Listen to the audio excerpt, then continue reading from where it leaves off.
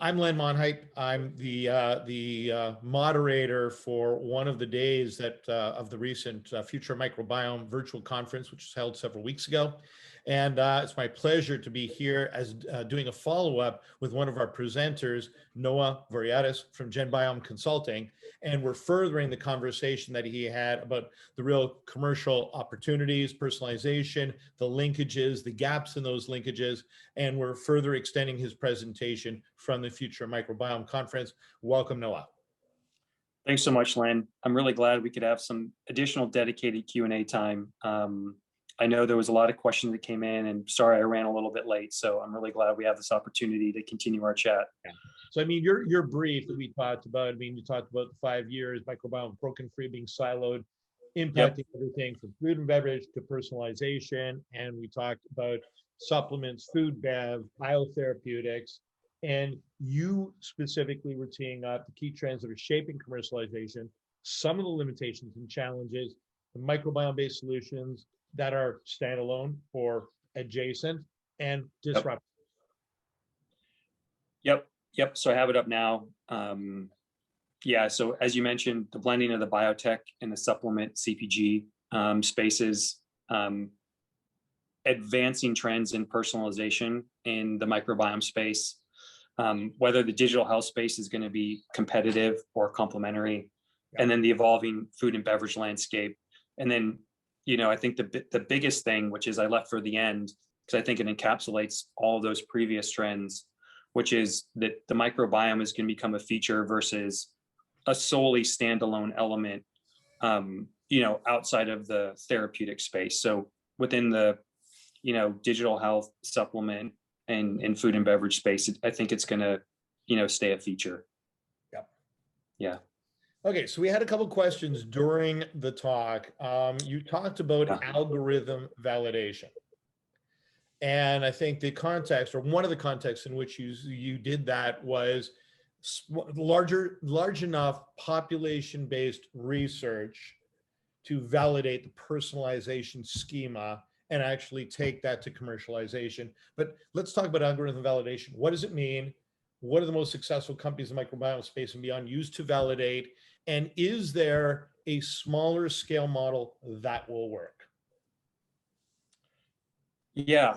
Okay. So taking kind of each component of it, I think broadly with the algorithm validation piece, and I got a little bit of flack as far as saying most successful. So I just want to be clear that, there's a lot of successful companies and ones that are, making strides to meaningfully contribute to the microbiome space, without a doubt. What I was simply looking to identify, and I would probably, if I could go back, I would also emphasize, Thorne and what they're doing now with their Thorne Health platform through longevity. I think that's another good example. The thing is that from an algorithm development standpoint, you kind of have two kind of different types of companies. You have one type of company that, bases their algorithms off of some peer-reviewed science from typically very large sample size studies in humans. So whether that's the work that was done out of Weizmann, which ultimately contributed to the commercialization of Day 2, or you have the PREDICT studies that ultimately have led to the commercialization of Zoe and the kits and the way that they run their programs. That's one angle. And those companies are very well respected, both I think within the microbiome space and then outside of it, because they have these large, well-controlled human studies where they didn't have a business in mind. They had really a scientific question that they wanted to better understand. Yeah. And through that process of doing a very rigorous, well-controlled, large human study, they found some novel insights, and they realized that those novel insights could have applications leveraging microbiome-based data and sources, typically stool, to then create a business that would have a human health impact. Then the other angle is where I think the large majority of the companies fall into, which is they've seen the growth in the direct consumer, primarily genetic testing space, and they want to develop something for the microbiome space, whether it's just to test and provide some sort of feedback, or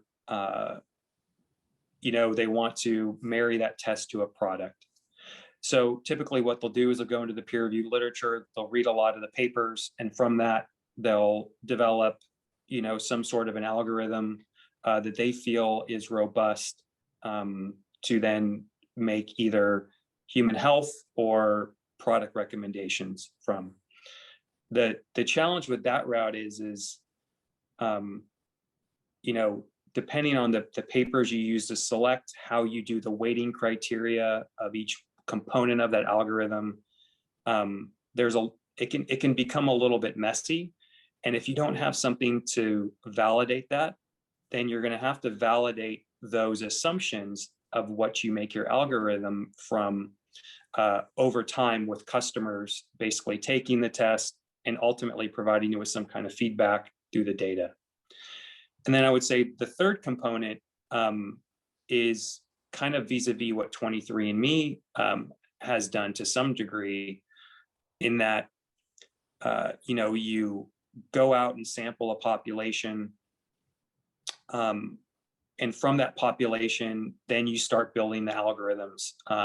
And so it's not necessarily a well-controlled study, but you are going out to sample before you make your algorithm to see where the data is. And so typically those type of companies would fall, in my experience, into more of the discovery tools and the kind of the microbiome CRO service category. And so some of them have actually gone and done some population level microbiome sampling to essentially test and explore whether the algorithm and the recommendations in which they've created do have some veracity, and continue then to update and refine those recommendations, again, based on the selling of those kits, whether it's in a D2C environment or a B2B environment. So there's a smaller cohort there. So I would say the majority, falls into probably that second bucket, and the smaller ones fall into the first and the third bucket. Another example is Insight Tracker, being probably kind of like a blend of that first and third bucket, as well as Digby Health, which has relationships with some of the large, payers and health insurance companies in the U.S. So both your second bucket and your third bucket relies on compliance and longitudinal efforts because they don't have that prerequisite algorithm based on science.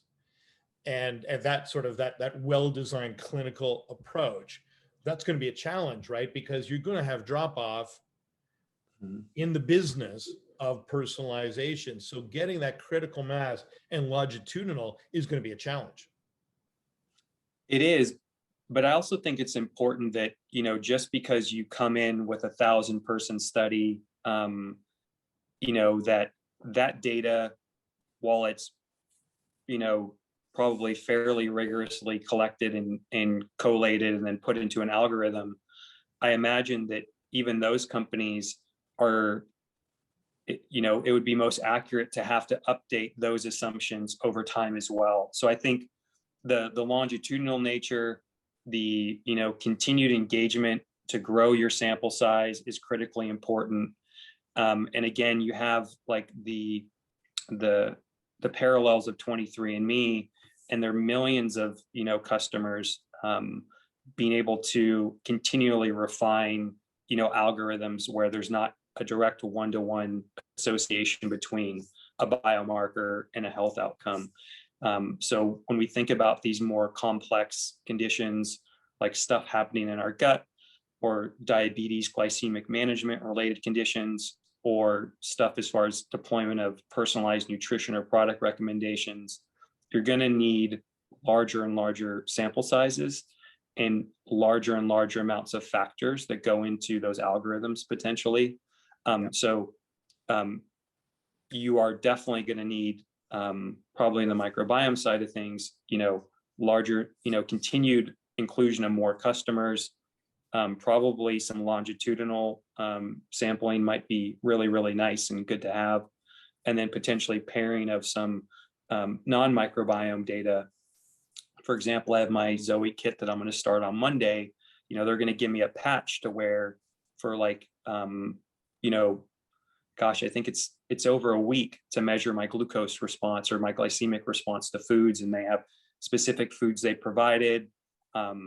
So there's a lot of information that's now starting to go into these personalized microbiome testing platforms that are beyond, I think, just kind of the V1, which is just collect a stool sample in some form or another, analyze some of the data and provide some recommendations. It's becoming much more holistic.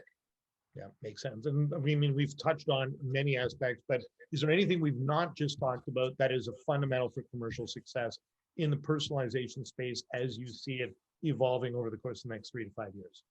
What else do we need? So I think perhaps the biggest piece that you need companies that are very good with the customer engagement, with the UX, so the user design of the report, of any apps, of anything related to that experience, even that onboarding experience, how you unbox it, what's the instructions for starting the program. I've experienced varying levels of testing companies that have done good and probably worse jobs of it. And you can see that from the big dogs in the direct to consumer space, engagement, branding, and customer retention is key. Even 23andMe has, Anne Wojcicki recently spoke at a Harvard Business Review invitation only event. And it was interesting to hear her say that they are really doubling down on engagement. And you can even see that through the introduction of a subscription program for a few reasons. One, it's going to keep people in the platform. And two, it's going to provide additional revenue sources for them as well. So I think it comes down to really engagement, which is ultimately then going to lead to the most important gateway, which is that behavior modification for the companies that are wanting to do something nutrition or human health related, and even for the ones that are wanting to do product recommendations.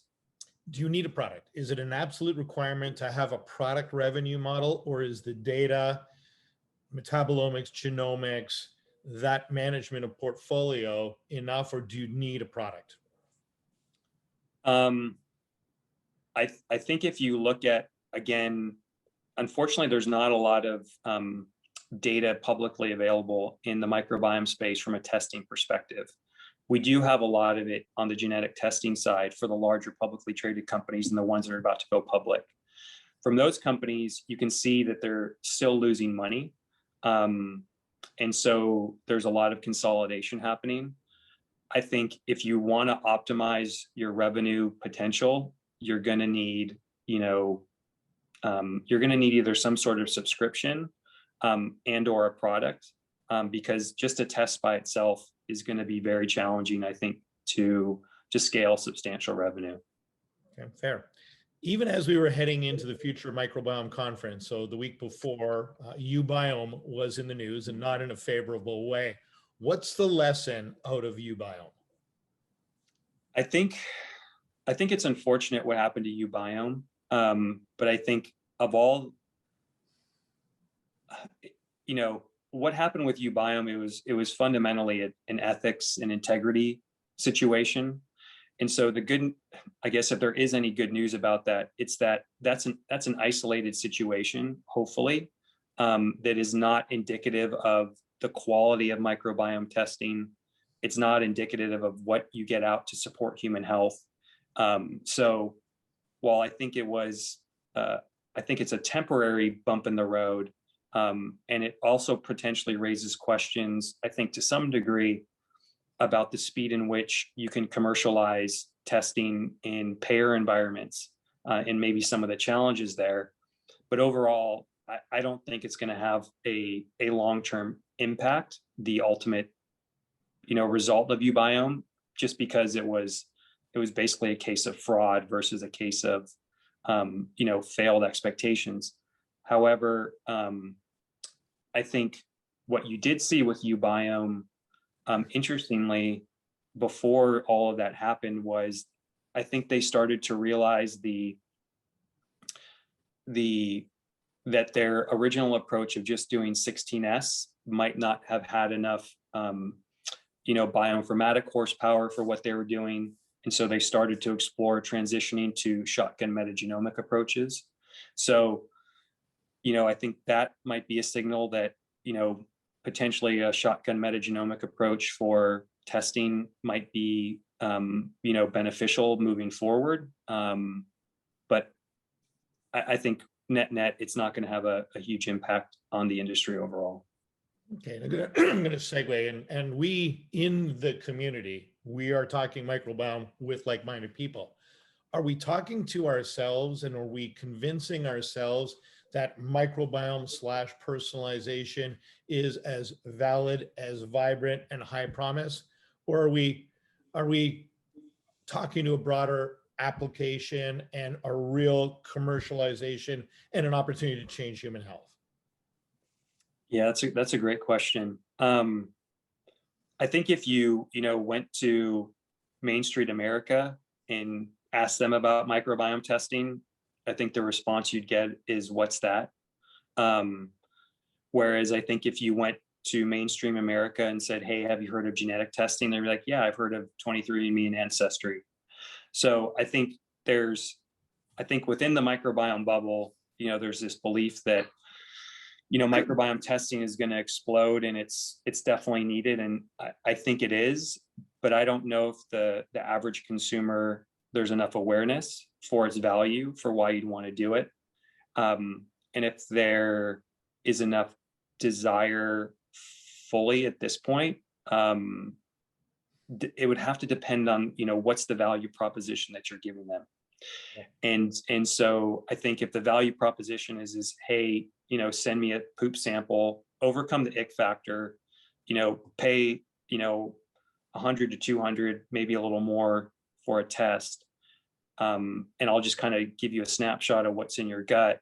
I think that's going to be a lot harder to gain traction than to say, hey, we need you to do this because we want to help you lose weight in a smarter way, or we want to help personalize your diet, or make sure you don't have blood sugar spikes, or some of those things. I think that is going to probably gain a lot more attention, or potentially personalize a supplement product to the extent that there's strong science from the data to the product fit. So I think a lot of it's going to be value proposition based, is the key.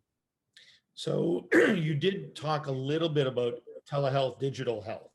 And obviously that factors in. We've learned over the course of the last year that a lot of things can happen in a digital first environment. Is this the holy grail for microbiome personalization? What does it have that personalization companies need to do? You talked a little bit about that interaction, that user interface. So what is the best approach for marrying this microbiome personalization with digital health? Yeah, the digital health space right now just has a lot more money, typically on average from a deal size perspective as far as venture funding. And so that cash provides them with the ability to build and to scale, number one. Number two, I think the question has to be asked is, how do we integrate microbiome testing into some of these digital health modalities, and does it provide a unique way to skin the cat? So if you're interested in glycemic management, does a microbiome based test provide something complementary or uniquely superior to continuous glucose monitoring, or to some other way of essentially, assessing glycemic response in diabetes that these digital health companies like Virta, Omada, and others, and Livongo have done a really good job in commercializing. I think you're starting to see some small initial entrants in the digital health space from like Vivante and a few others that are starting to layer on testing as a diagnostic signal, part of a broader holistic program that they're providing, which includes, some sort of personalized coaching or some sort of actual, caregiver feedback just from a surveillance perspective. But I think the digital health space, potentially because of their capitalization structure, because of their channel reach, and if you assume that the algorithm is the most important component, then there are certain barriers to entry for them just saying, hey, we'll add on a microbiome test because it has to feed into their algorithm. But if they have some very strong bioinformatic people or can, develop something in-house or rapidly spin something up, there might be some barrier to entry issues from in having them potentially compete head to head with some of the traditional microbiome testing only companies, because it is, fairly easy to create a test. And if you have the experience in, getting stuff through any type of regulatory channels, if you have experience, building out stuff into more of the healthcare practitioner payer environments, employee wellness programs, those are some of the hot areas that I think a lot of the microbiome testing companies are trying to explore ways to interact with. And so there might be a little bit of a power imbalance. I think it's too early to tell, but a lot of it is going to hinge on, can these digital health companies that are compelling and equally, if not more compelling than some of the microbiome testing companies, integrated into what they're doing and somehow get it paid for either by the consumer or an insurance company. Makes sense. So follow the dollars, right? Let's talk investment. And I know that we had a panel, actually the third day of the Future Microbiome, that was talking about sort of the funding and sort of the commercial capital opportunities. But DSM invested in hologram for $100 million. Is that an outlier? You think you're going to see more on the ingredient side, the brand side, and is that an appropriate valuation? I mean, are they going to get are they going to get ROI on that? Yeah, I think that was really incredible. What DSM is doing is very interesting to me for a multitude of reasons. I really do think that we're starting to see the need to get closer to the consumer. And I think brands are wanting, I think through COVID, realizing, gosh, the ones that weren't able to stand up some sort of DTC environment pretty quickly and some e-commerce capabilities, they probably felt pretty disconnected from the consumer. So it would make sense, to see that happening. And I think, with some of the acquisitions in the microbiome space, like Novozymes buying Microbiome Labs, I think that's another signal. I think $100 million and the team that they've, put together provides them with a substantial stacking of success factors to compete, with the digital health, entrants, some of the very strong personalization supplement companies. They obviously have the wealth of the DSM portfolio and their ingredient portfolio to leverage, and a lot of the learnings, from historically of their ventures team, making investments in the space. So I think from everything we've seen in the past, I would say it's an outlier, just from a capitalization perspective, because we've seen some other large ingredient companies and branded companies try and dabble in the space, like, Reckitt Benckiser with Vitalmins, but Vitalmins, to my knowledge, doesn't even exist anymore.